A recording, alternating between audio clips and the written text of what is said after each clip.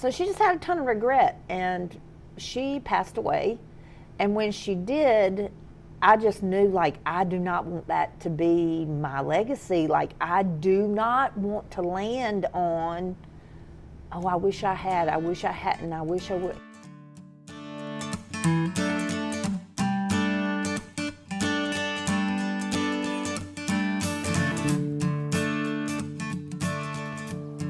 In Character Talks, we aim to unearth the hidden gems of human resilience, courage, and growth. We bring you tales of ordinary people who found themselves in extraordinary circumstances and emerged from the crucible of life forever changed.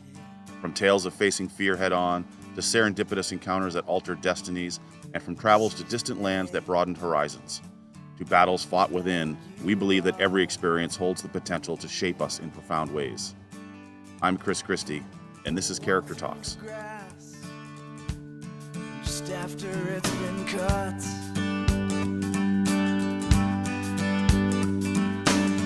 and wade through the stream or maybe run through the river, even though you may get just a little bit wet.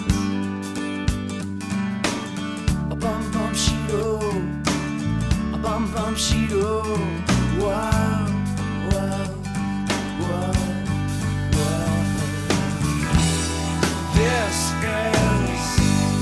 This is life. The person that you heard at the start was Jess Sagun of Myrtle Beach, South Carolina. You know, there are people that you meet in your life that when you're in their presence, the world just seems to slow down a little bit, or life just seems a little lighter and your shoulders can relax. Or you might even find a small grin start to appear on your face. And one of the things we talk about in the mill is that an adventure can occur every second, every minute, every hour of every single day. And how I met Jess was I happened to be walking through my living room one day and the Today Show was in the background. And Jess was on there talking about her restaurant, Winna's Kitchen, down in Myrtle Beach.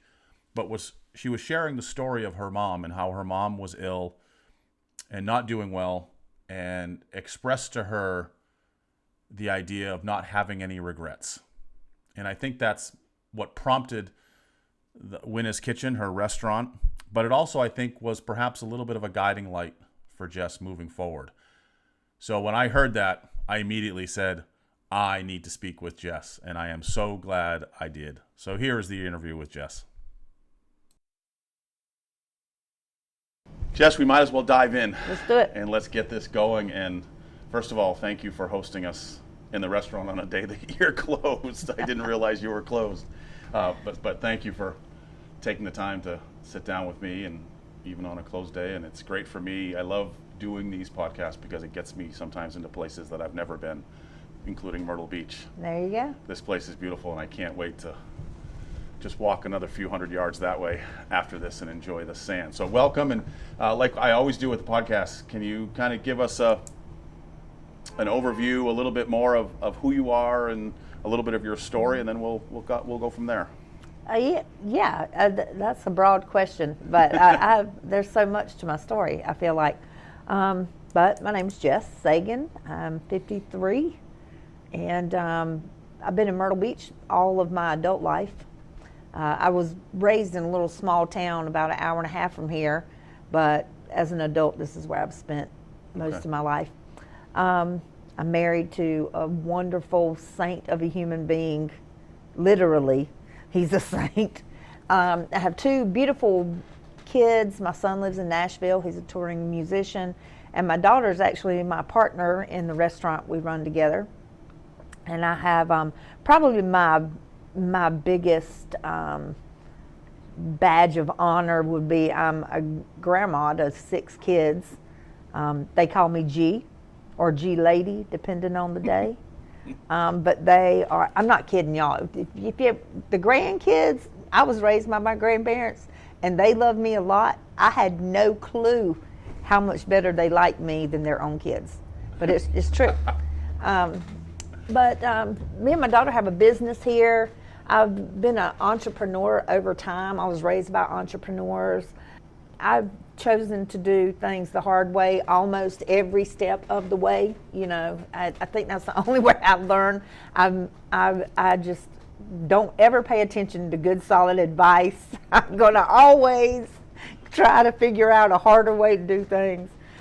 But at the same time, I feel like I've had the opportunity to impact folks and make a difference and to speak up about things that matter on a regular basis. And so right now our focus is a restaurant in downtown Myrtle Beach. We do have, I'm a partner in a chiropractic franchise. And so we do that in North Carolina and here in Myrtle Beach. Okay. And so we stay busy. You're busy. We are. So what prompted the restaurant? So my mom was the most stubborn, free-spirited person you've ever met. And our family joke is that I raised her, like I was her parent. But her health failed in her 60s. And the last year of her life, she lived with me. And we never had a bad relationship, but we never had a mother-daughter relationship until that last year of her life. And it was tough because she had a lot of health issues, and she had a lot of, when your health is bad, it's not good for your personality. Let's just say that. Sure. Your personality starts to fail when you're struggling with your health, I think. But it just was a difficult year. But right towards the end, she just started expressing a lot of regrets she had about her life. My mom had a child that she put up for adoption, and she really regretted that. She had struggled with addiction. She made a lot of bad choices when it came to relationships, and it affected her kids. And so she just had a ton of regret, and she passed away. And when she did, I just knew, like, I do not want that to be my legacy. Like, I do not want to land on, oh, I wish I hadn't, I wish I would. I can't. Now, I got regrets about, I say if you don't have regrets, it's because you hadn't lived long enough. Because you're going to have one, or you have zero self-awareness. You either have a regret or you have no self-awareness, one or the other. But I just knew I didn't want to live like that. I knew I couldn't do anything about some of the bad decisions I made. Like, I couldn't get some of those back. But I knew, like, hey, I can pursue these things that I want to do. And so I talked to my daughter, and we had been running like this little underground pop-up restaurant on and off for about 10 years. And I just knew, like, I joke, but I'm kind of serious. We got over-inspired. Like, I told my husband, we're in the middle of a pandemic. Literally, it was middle of COVID. And I said, we're going to open this restaurant. I know it's a bad idea. I know could be financially disastrous. I know most restaurants fail in the first year. I know we live in a tourist town. It's in the off season. I know it, but I have to do it. And he says, I just knew resistance was futile. Like, here we go. And so we opened a restaurant, but we didn't want to just open a restaurant that did what everybody else does. I mean, Myrtle Beach is a tourist town. You can't escape it. And it's an affordable tourist town. So families come here looking for food and entertainment that's affordable, you know. So you have a lot of pancake houses, a lot of places with fried food and chicken tenders and French fries and that kind of thing. And that's awesome. Like, we have some places that do that so well. But we knew that was not who we wanted to be, that we wanted to bring something to our community that was different and maybe turn the tide a little bit toward people who maybe weren't looking for something so specific. And we wanted to do something that would honor my mom and a commitment that we have to our faith.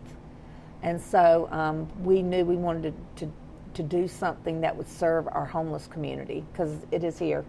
And not just homeless, like people who live just below the poverty line, who are really hardworking people, but they can't afford food. And so we knew we wanted to have an impact on that, and we'd had this motto, have fun, eat well, do good, for a long time, and we just really wanted to put it into action in a space. And so we opened Winna's Kitchen, and here we are. That's awesome. And I love when you were talking about the restaurant, and I harken back to one of the first things you said was the hard way. Like, I know it's the pandemic. I know it's not. Again, we're gonna do it anyway. my friend I mentioned to you earlier, Ray, he came over to, we have a church group that meets at our house, and Ray and his wife, they're both, their business acumen is an 11. They're great. And they were like, we're really concerned about this. I'm like, I know, I am too. I already know it's a bad idea. I promise, I know. Like, I get it. It's a bad idea. We're going to do it anyway. So, the hard way, I keep coming back to that because I think that's a special type of person that has that. I know one of the words that you were thinking about was grit. Where does that come from? Because that's not taught in school. That's not taught. Was it? Where did that come from? Well, I've had some time to think about this. I was raised by boomers and the greatest generation. So my parents were both boomers, but rebellious ones. My dad was the hippie of all hippies, and my mom is just as stubborn as I am. But my grandparents probably had the most influence on me. And so, my grandfather had a 3rd grade education. He fought in World War II. My grandmother was one of the first people in our family. She went to college. My grandmother, who is now 93 years old, she went to college. And so I come from a long line of let's do it the hard way. And as I've thought about this, you have some friends who've challenged me in my hard way mentality. And I think the hard way for me is a badge of honor. It's like nothing was ever handed to us. Like my grandfather just as soon cut his arm off as buy us a car. You know what I mean? You are not going to be given anything. You are going to work for it. And if it's easy, it isn't worth it. So I think, I choose hard paths because somebody's got to walk them, I guess, Yeah, I think everyone has different ways of that. I know personally I've been lower than low and doing that in front of my son because I was a single dad, and getting to that level of low through abusive things, that's what gave me my drive. Like I need to make sure that it just hit me one day. I don't know, it was guilt and everything else for a long time, and then all of a sudden one day I just woke up and went, okay, no, we're moving forward now. It's time to take charge. And same, very similar. I made a lot of bad choices not growing up. I was a good kid. I was a smart kid. When I was growing up, I have a sister there's 2 years difference between us. And when we were growing up, everybody was like, Jessica's smart and Meredith is pretty. So I was always the smart, ugly sister, and she felt like she was the pretty, dumb sister. And so we've laughed about that now. My grandparents are really just trying to give us a compliment, but we, of course, took it the wrong way. But I had that rebellious streak as well. Like, I don't know if that is ingrained in us, but there's this hymn that we sing. Probably my greatest life's calling is I was a worship pastor for 25 years. Okay. And there's this hymn, though, that says, prone to wander, Lord, I feel it, prone to leave the God I love. Here's my heart, Lord, take and seal it for thy courts above. And that I have this like rebellious heart that is just like, no, I will do it. And God's like, but I love you. I have an easier way. Come here.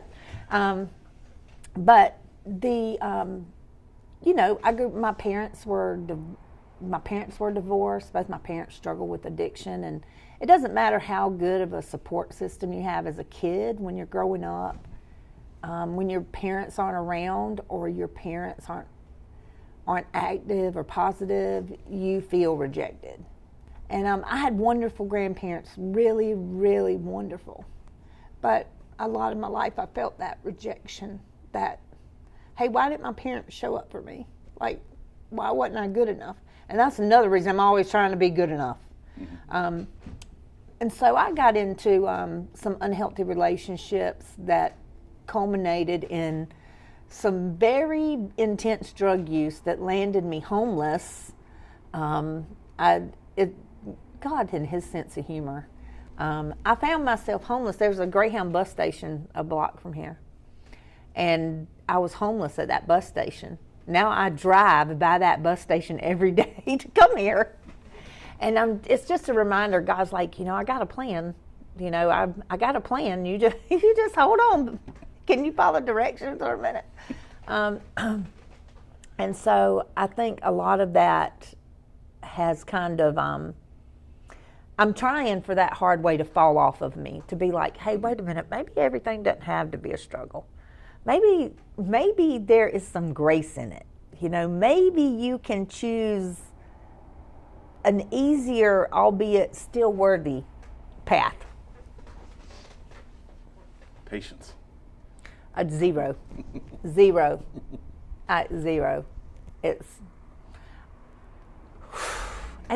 not getting better the older I get. Like, I'd like that. I want to have patience. I understand the value of it. I get it. And I'm patient with people, but I'm not patient with myself or processes. Okay. Like, the process, man, what is that? Why? It just keeps going. Like, you think, like, the process is coming to a conclusion. No, it's not. The process just, when it comes to character, when it comes to who you're becoming and what you're becoming, no, the process is constant. It is constant. And so you never arrive in it. And that's what I don't have patience with. I want to be like, hey, I made it. But I guess you die then, so maybe maybe I don't want to arrive yet, but. Yeah, no, I don't think we ever, it is a constant. Yep. What is self-awareness? Because you mentioned it a couple times. What is self-awareness? Do you find yourself, is there a certain time that when you think back, so for instance, part of what I do is I coach sports, and after every practice, after every single game, I will go back and analyze what I did, how I said it. Was my tone of voice the right way? Did I deliver the message that I wanted to deliver? When I coach young people through the Character Institute, I get done every phone call and think, okay, did I give the right answer?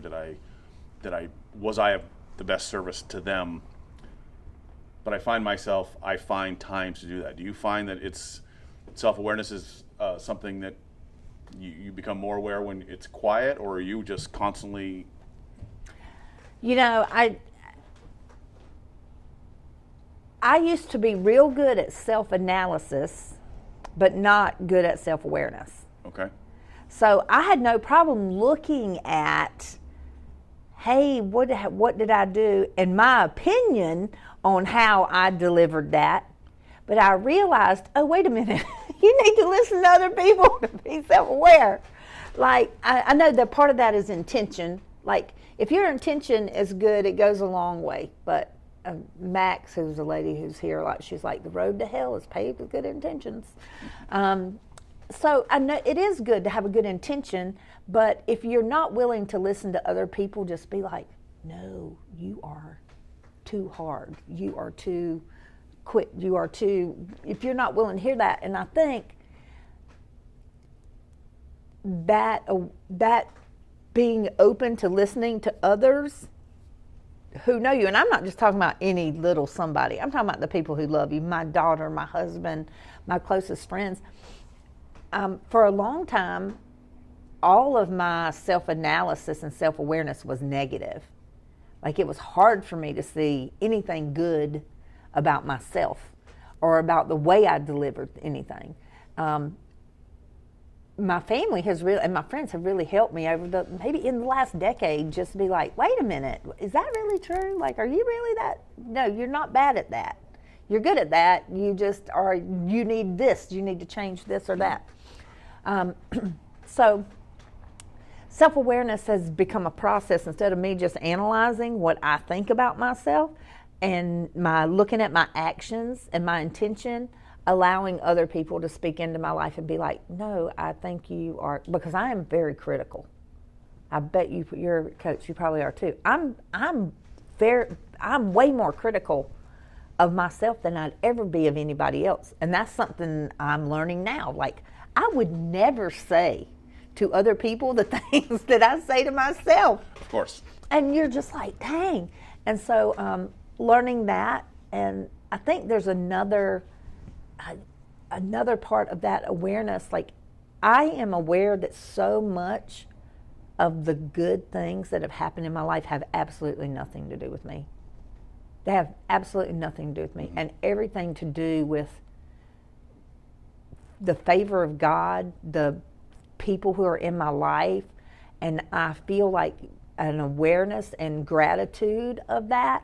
Like, I'm not trying to be self-deprecating. Like, you know, I dropped out of high school. Like, I don't have a tremendous amount of education. Like, but you know, we have successful chiropractic clinics. We're able to open restaurants. We have a great family. Like, so many of these things, like, I look back and I count it toward the goodness of God and the people in my life. Like, I'm just so aware. Like, my husband is, I'm not kidding, now he's starting to slip. He's getting older, you know, so I teased him this morning. He came home, he's like, I can't find my wallet. And we go through this whole thing, can't find his wallet, and it's in his back pocket. So he's slipping a little bit, but but as far as being a partner, he's fantastic. I have 2 kids who, phenomenal human beings. I'm like, so little to do with that. Like, I raised them, like, I love them, but they turned out to be just, people have asked me before to do like a teaching on parenting. I'm like, I don't know what to tell you. They were born. I said, Jesus, I am a mess. I need you to keep these children for me. Please, literally. And he said, okay. And he did. And same with the grandkids. Like, it's just, we're so fortunate. Like, we have, my daughter-in-law is like, I picked her out. I was like, I want her. We want her. A son-in-law is just fantastic. Like, we just are very fortunate. I think an awareness of that and a gratitude toward it, and just like, you only are so powerful. Like, you know what I mean? You can only do what you can do, and so you have to depend on others to find joy, you know, or not depend on them to find joy, but you have to let your joy be found in them, you know? Yeah, when you were talking, I was thinking, you know, the word that's right next to patience that are sometimes so difficult is listen. Like, people do a really good job of hearing. I don't say very few. People have a harder time with listening. The ability to hear someone's words, let them sink in, and then respond, as opposed to immediately trying to say something as soon as that's hearing, not necessarily listening. And the other part, when you said critical, man, that was so important for me, because I was very critical on myself to find ways to knock myself down. Yeah. I wanted to find ways to beat myself up. Now I'm critical of myself for the sake of growth and learning. Exactly. That's a game changer. And that's a shift. That I'm still critical on myself, but I don't then talk down and say, oh, you're an idiot and you're dumb, and I don't say those things. Now I say, well, what can I learn from this? And that's a complete different mind shift. My business partner, his name's Alex, and in the chiropractic clinics, he's a big fan of Tony Robbins, and he tells me all the time, it's not happening to us, it's happening for us. It's happening for us. What are we learning? I'm like, to be patient. Yeah. We're learning to be patient. That's what we're learning. Yeah, a dear friend who is a coach and a character partner, Chris Dorse, has the same thing. And then another friend, another coach, Devin Bandison, had a 30-day challenge of when you find yourself saying, I have to, change it with I get to. And see how your life changes from there. So I want to talk about Winna's Kitchen and what you do for the community, but what did you decide on the final word? Oh, that's a good question. I think I've changed my word. I want it to be gratitude. Gratitude. Mm-hmm. And what is, I mean, you've talked about it, but yeah. What does that mean to you? Why all of a sudden did we change? Because for people that are listening, we went with grit, which is, I think, grit. Absolutely perfect. You had aware, which somehow we moved, and now that I think about it, we moved into awareness. So there's the aware. I think both of those lead me to gratitude. Okay, that's at the end of the day. I think it is. You know, I mentioned I worked in church for a long time, but there's a passage that's really heavy on my scripture in my heart. That's a scripture that says, "In all circumstances, give thanks. This is God's will for you in Christ Jesus." And people, you know, we run around all the time trying to find like, oh, what's my calling? What am I made for? What's my purpose? And that's it. It's to have gratitude. It's to, in all circumstances, give thanks. You know, be joyful always, pray without ceasing. In all circumstances, give thanks. This is God's will for you in Christ Jesus. And we try to complicate it, man. We try to complicate it, and it's just like, yeah. I mean, it is close to Thanksgiving too, but having grit and doing things the hard way, I'm so grateful God brings me through that. I'm so grateful for the people who are in my life that have like just stuck with me. I've not always been so pleasant. Growing into that. And when I think about like that awareness leads me to gratitude. Like I do have so much to be grateful for. Like last week I sat down and cried. I gave myself permission to cry. I cried from 12:20. Because, listen, 3 weeks ago we were on the Today Show, and 3 days ago we sold a cup of coffee before 3 o'clock. It was like, you got to be kidding me. What is happening? So I was just, it's tough. It's tough out in these streets, as the kids would say. It's off season in a tourist town, and you're in a hospitality business. It's tough. And so I had a little, cry fest the other day, trying to figure out how we're going to pay rent and payroll. But then I just started thinking, like, wait a minute, like, we have so much to be grateful for. Like, we literally, we get to work together.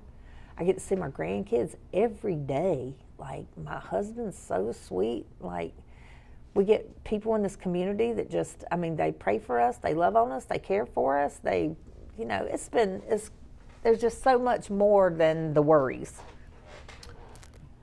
And I'll tell you, that's why I knew we needed to come to Myrtle Beach. Is to hear that, because you hit I think it was in the Today Show. I was walking through my living room. The Today Show was on, and you mentioned the regrets of your mom, and I stopped and I listened to the whole interview. And I love that you went from embarking on this partly because you didn't want to live a life of regrets, and I agree. We're always going to have regrets. Part of the mill is that regrets of decisions that you make and those types of things, we always have those. But I want to make sure that people don't have regrets of, boy, I wish I had visited Myrtle Beach. Mm-hmm. I wish I had gone on the girls' week on the coast of Maine, or those types of things. And so we want people to go out, because I believe that when people go on adventures, they learn something about themselves. And when they learn something about themselves, we become more patient, and we become a little better and nicer to ourselves. But then you went from, I want to make sure I don't have this regret, to a level of gratitude, which then brings us to Winna's and what you do in the community. So keep a little bit more detail on that, because I think that's so special. So our community involvement was one, the one everybody knows about it's called the number one. And Tony Dungy talks about this. He's like, I'm second, and I love Tony Dungy. And so the number one is putting others first, like others are first. And so we offer something called a number one here. We partner with our patrons. Patrons can spend $5. They can either get a card they can take with them, or they'll suspend it over the thing back there, and it just says, hey, you're entitled to a number one at Winna's Kitchen. Just come in, ask for number one. Most folks just leave them here, and folks come in and they'll ask for number one, and we'll feed them a meal, no questions asked. And so it's a way for us to serve our community and to do it in a way that's dignified, and it's not standing in a soup line. And it's really rewarding 95%, 97% of the time. It's good. It's real good. We've had folks who have literally come in and been like, you saved my life last year. Not because you gave me something to eat, because somebody looked me in the eye and asked me my name and my story and how did I get here, and like you genuinely cared. Or we had a lady come in and her and her kids were living in a hotel, and she's like, I don't know what we're going to do. And we're like, well, you're going to get something to eat, and then we're going to find you some resources, and connect you with some folks. And so they're very rewarding stories like that. It's not always, I had a guy the other day, I had to tell him he had to leave because he was so high he couldn't hold his head up. And I was like, hey buddy, we love you. And you can come back another time, but we can't serve you if you're like this. And he's like, okay. Then I had a guy who came in, he told us all about his trip he had been on. And he had his, 6-pack of craft beer he'd just paid $22 for, and sat down and asked for number one. And I just told him, I said, we can't serve you today. And he said, well, why is that? And I was like, because you got to make a choice. And you chose. You could have easily bought food, but you didn't. And we're not here to enable you. We're not here to enable you to make choices that may not be the best for you, but if you choose to buy beer over buying food, then we can't support that, because it's not fair to people who really need it. Right. And we do just about every day we have to cut off at 20, because we're like, oh wow, we're out. Like, and we cut off at 20. We never, we do have folks who come in. We had a lady come in last week. We were so busy with number ones, we had to have a server just to take care of the number ones. And we were out of number ones. We had been out of number ones for several days. And she came in with her daughter, and her daughter is a regular, and actually she owns a restaurant in town too.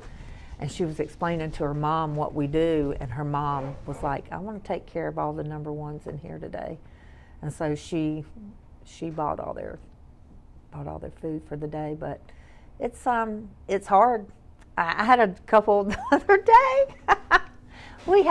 There's a little ministry in town where folks can hang out a lot of times during the day and drink coffee or whatever. And I guess they've been closed. And so we had a table come in the other day, and they got their food. It was this table. And we're popping, it's the middle of the day.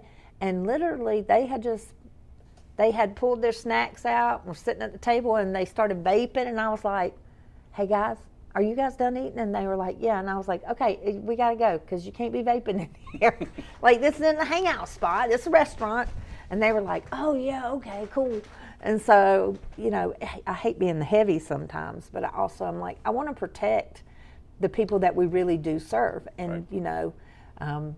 Sometimes sometimes folks are like, maybe you should just let them stay. And I'm like, we do what we do. We don't do more than what we do. We do what we do. Listen, when I worked for church, at one point I was over our worship and our outreach. And I learned that lesson, like, you have to do what you do. Mm-hmm. You can't do everything. Like, if it was up to me, I would take every person in here, I would walk them through the whole process but we can't do that. We can't do, what we do is provide a meal. We don't provide hangout spot. We don't provide shelter. We don't provide clothing. We do have hand warmers in the wintertime. But we provide a meal, a dignified meal. And that's what we do. And if we try to do something else, we're going to get distracted from what we're really doing. And so it's very rewarding. And like, what a place of privilege that comes from, right? That you get to serve somebody, that's amazing. Mm-hmm. But I also want to honor it, and I want to respect it, and I want to respect the people that we serve by making it true to what it is, not just letting it be taken advantage of in a way that's disrespectful. And I love you said the word dignity, like a number of times in that whole thing. And oftentimes, well, I think sometimes whether you're homeless or not, just being respected and shown a little dignity goes an awfully long way and makes them feel like a human. And Yep. It is very interesting because a lot of folks come in very downcast. You know, they don't want to be seen. They don't want to be recognized. And then when you start to build a relationship with them, like we have some folks who come in, honest to God, they're not struggling with their mental health. They're not struggling with drugs. They are just poor. They're older. Lots of them are veterans who are barely getting by. Rent here for a dang one bedroom's $1,500. You know, they're barely making it. And so to come in and get a cup of coffee and a meal and have a conversation makes them feel, special and cared for, and we love that. We love that. And, sometimes we don't make any harsh judgment calls unless people display something out of character. If somebody comes in, they're obviously too high to hold their head up, we can't serve them. If somebody's disrespectful to our staff, we treat them just like we would treat a paying customer who's disrespectful to our staff. Like, we're not serving you. Right. Like, you can go somewhere else. So we're not making judgment calls that way, but we are protective of it, protective of the gift. And I hope I'll jump to the folks that are listening to the podcast that I hope, because as I'm listening to you speak, I'm in part of my head is thinking of, well, how can I be of better service? Like, what are the small things that I could do during my day to be of, because any level of service is amazing. And that's why I love the coaching that I do, is because I'm there not to push my philosophy or I am there purely for service to the person that I'm working with. And so I love that you mentioned that it's, that those little elements of care, how can I serve and go the extra mile? We lived in San Francisco briefly, and I worked with I was the only person on my staff who was born in America and white. Everybody else on my staff was born in another country. I was also the only one who only spoke one language. They were all multilingual. I felt so small. Anyway, but a lot of my staff was Muslim, and one of the things that I got really close to some of the women in their family, and they all wore hijab.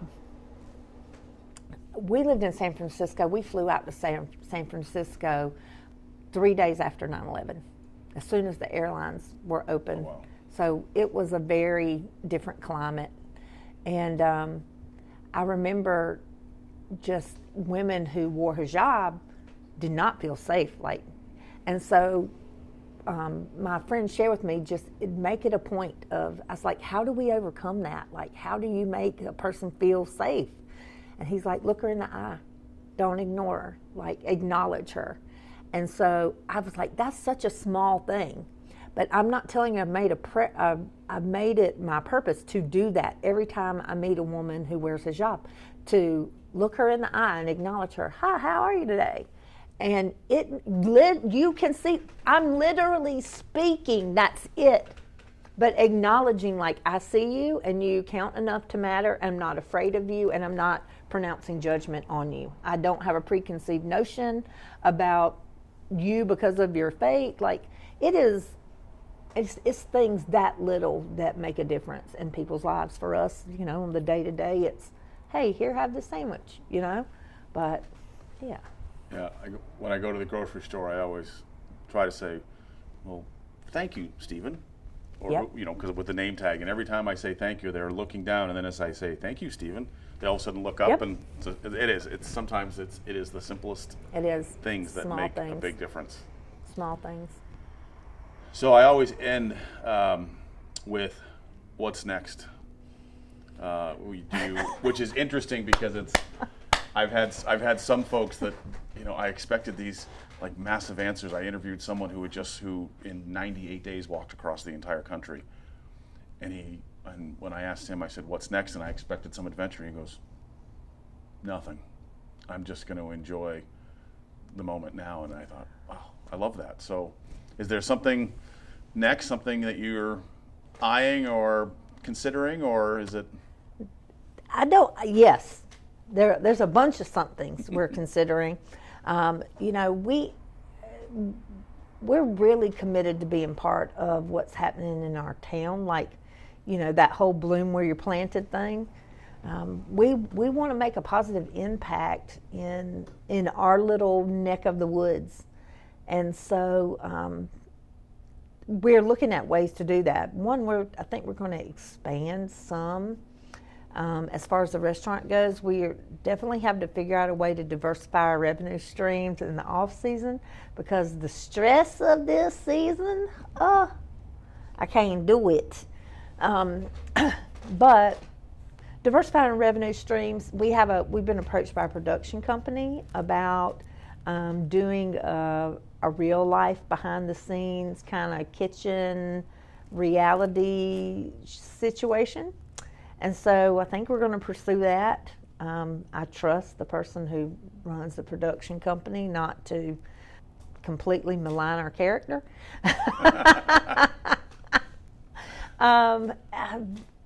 But I think it's, whatever it is, it's legacy work. We want to invest in our. We want to invest in our community. I want to create a life and a lifestyle that my grandkids are proud of and proud to be part of. I also want to create something manageable that, you've heard that saying about entrepreneurs are the only people who will quit their 9-to-5 job to work 24 hours a day, 7 days a week for free. That's us. I want to figure that out. But really, this morning in my quiet time, I was asking God that. I was like, what is next? Like, well, am I being like obedient? Am I on target? Am I on path with where you're going? Because the stuff I try to do on my own is no. So there's some of that. I think the restaurant especially, like we're on the fly constantly adjusting and trying to make changes and make it better and figure out how to reach a market and those kind of things. And we never have time to really work on it. We work at it, not on it. And so I really want to have some time to work on it.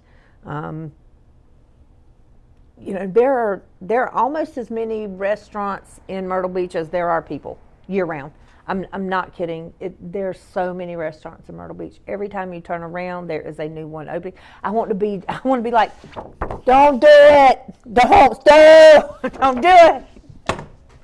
Don't. Just stop. If there's any way, like if this ain't a passion project, don't do it. Because just since we've opened, like I can throw a rock and hit 4 or 5 places that have gone out of business. And it's like Survivor out there, It's like outwit, outlast, outplay. What is it? I don't know. Whatever their motto. It's just like, man, it is savage, and you just constantly feel like you're competing for market share. Anyway, but we want to figure that out. We want to nail that down. But I do know whatever the future is, it's together. It's with people I love, with people I love doing my life with. That's something I'm not willing to compromise on.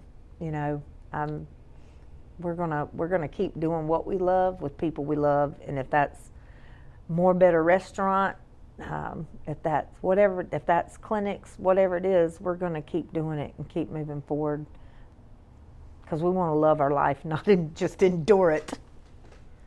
That's a perfect way to end. But I also was thinking, you mentioned a parenting book. You could do an entrepreneurial book, and the 3 traits that you need to be a successful entrepreneur are grit, awareness, and gratitude. Hey, when I write my book, I'm going to do that. That's going to be it. I'm going to credit you with it.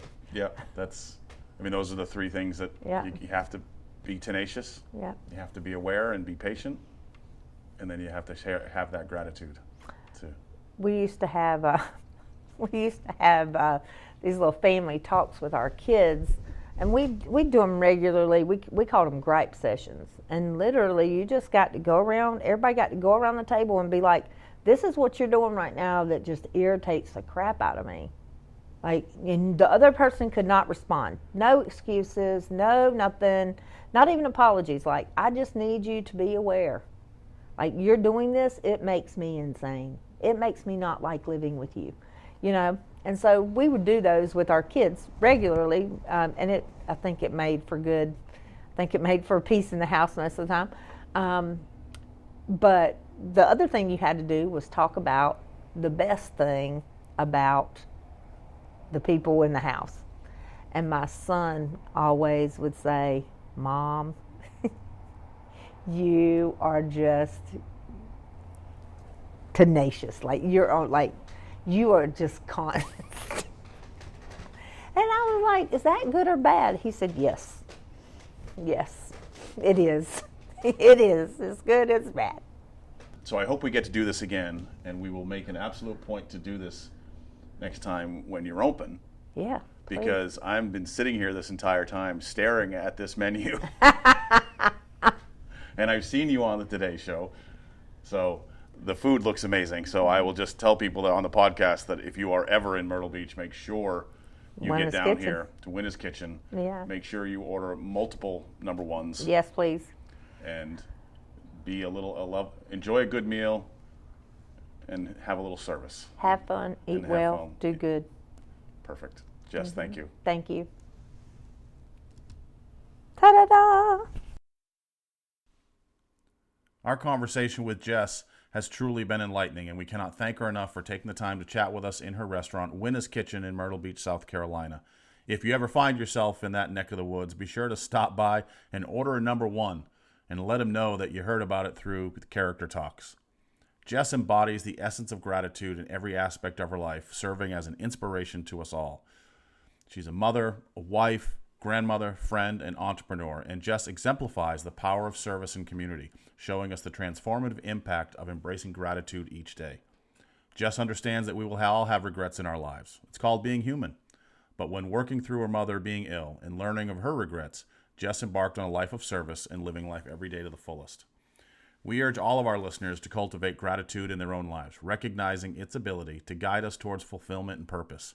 If you found value in this podcast, we encourage you to spread the message by liking and sharing it on your preferred platform.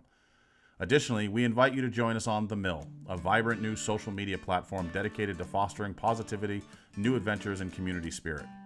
As we sign off, let's remember Jess's wisdom and continue our journey of adventure and growth.